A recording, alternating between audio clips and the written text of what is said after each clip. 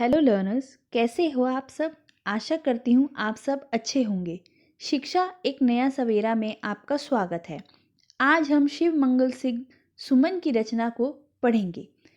इसमें पक्षियों के माध्यम से स्वतंत्रता को दर्शाया गया है। कविता के माध्यम से पक्षी कह रहे हैं कि यदि हम खुले आकाश में विचरण करते हैं तो हमें पिंजरे में क्यों बंद कर दिया जाता है। अगर हम पिंजरे में बंद हो जाएंगे तो हम गीत नहीं सुना पाएंगे। आप सब कल्पना कर सकते हैं कि अगर हमें पिंजरे में बंद कर दिया जाए तो हमारी क्या दशा होगी। हम पंछी उन्मुक्त गगन के माध्यम से कवि शिव मंगल सिंह सुमन ने पक्षियों की दशा का विवरण बहुत ही मार्मिक दर्शाया है। हम पंछी उन्मुक्त गगन के पिंजर बंद न गा पाएंगे, कनक तीलियों से टकरा कर पुलकित पंख टूट जाएंगे।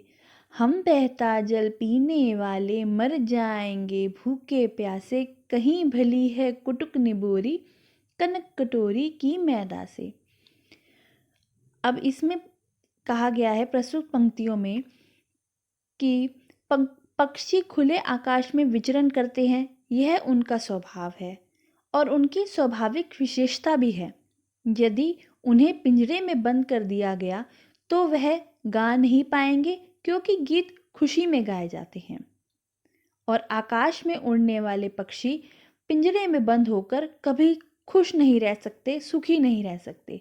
यदि उन्हें हम सोने के पिंजरे में रखें तो भी उन्हें कोई फर्क नहीं पड़ेगा, क्योंकि पिंजरा तो पिंजरा ही होता है। सलाखें चाहे सोने की हो या लोहे की, पर खुशी से फड़फड़ाते उनके पंख तोड़कर ही छोड़ेगी। पक्षी यह बात जानते हैं। वह कह रहे हैं नदियों और झरनों का बहता जल भी उन्हें पीने की आदत है। सोने का पिंजरा खाना पानी उन्हें अच्छा नहीं लगेगा, वह भूखे प्यासे मर जाएंगे। उन्हें तो आज़ादी ही प्यारी है।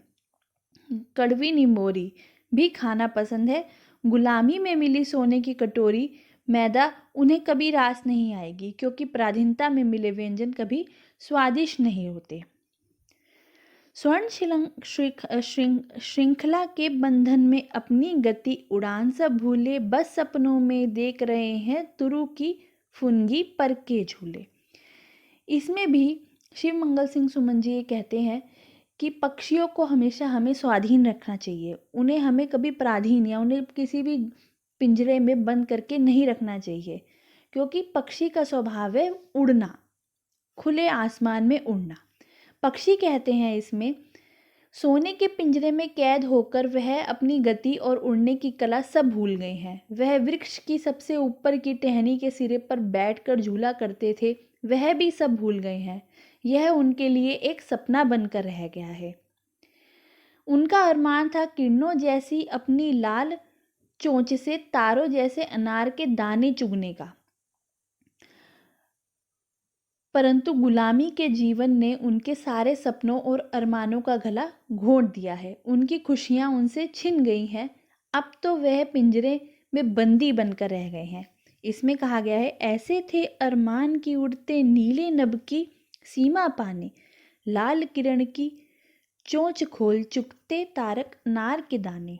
आगे बोलते हैं होती सीमाहीन क्षितिज से इन पंखों की होड़ा होड़ी, या तो क्षितिज मिलन बन जाता या तंती सांसों की डोरी।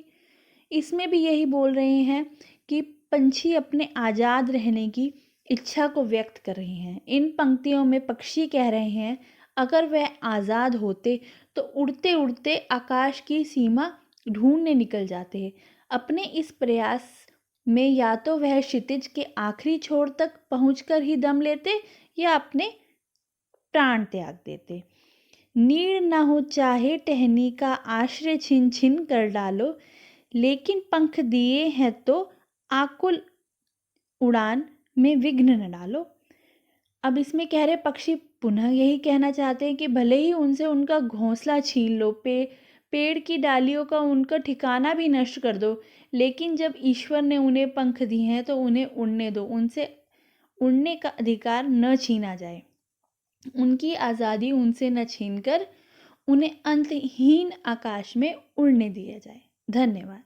Keep subscribe and like. Thank you.